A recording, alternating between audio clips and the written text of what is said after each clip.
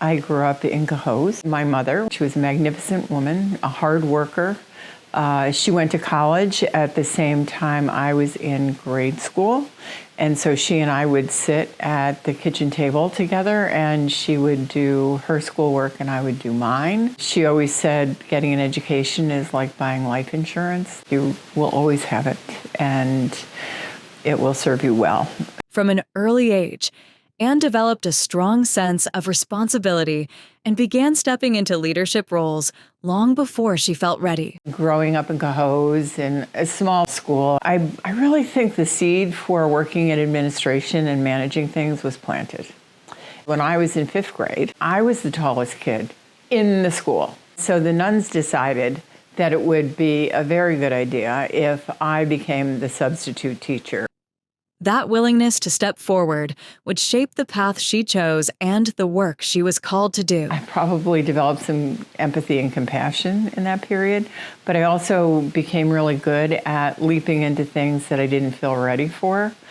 My brother likes to say that that's where I learned that I like to be a boss. Simple moment would leave a lasting impression and quietly influence how she saw herself and others. I didn't go directly to Russell Sage. I went to SUNY at Albany and realized pretty quickly that for me it was a large school. And then I quit to help start Living Resources Corporation, which is the first community residential program. And I loved that job. It's there that I learned that it's important to never work at a job that you don't absolutely love. That perspective would come to define her leadership and the way she approaches care. One of my mother's friends worked for Governor Rockefeller. When everything was quiet in the Capitol, I went to work with my mother's friend, and she had me sit in the governor's chair. She taught me, sit where you think you could belong and see yourself there. From that day on, any job that I've held where I've had an office and a chair that represents the role that I had, I would ask any young girl to sit there too, so she could see herself as the head of an organization someday. Over time, her impact has been felt across the community, earning the respect of those around her.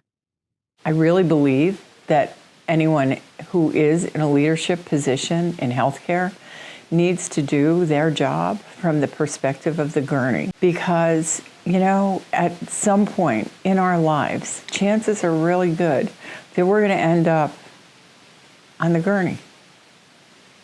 And we're going to hope that the person who is looking down on us has the best education, the right qualifications, the best leadership that they can have. And even now, her sense of purpose continues, with more still ahead. I feel really good about my career, and it hasn't ended for me. So I am feeling really optimistic about the future and the opportunities that are out there to continue to make a contribution. I want to congratulate everyone who is receiving this award alongside of me. I am thrilled to be in such amazing company.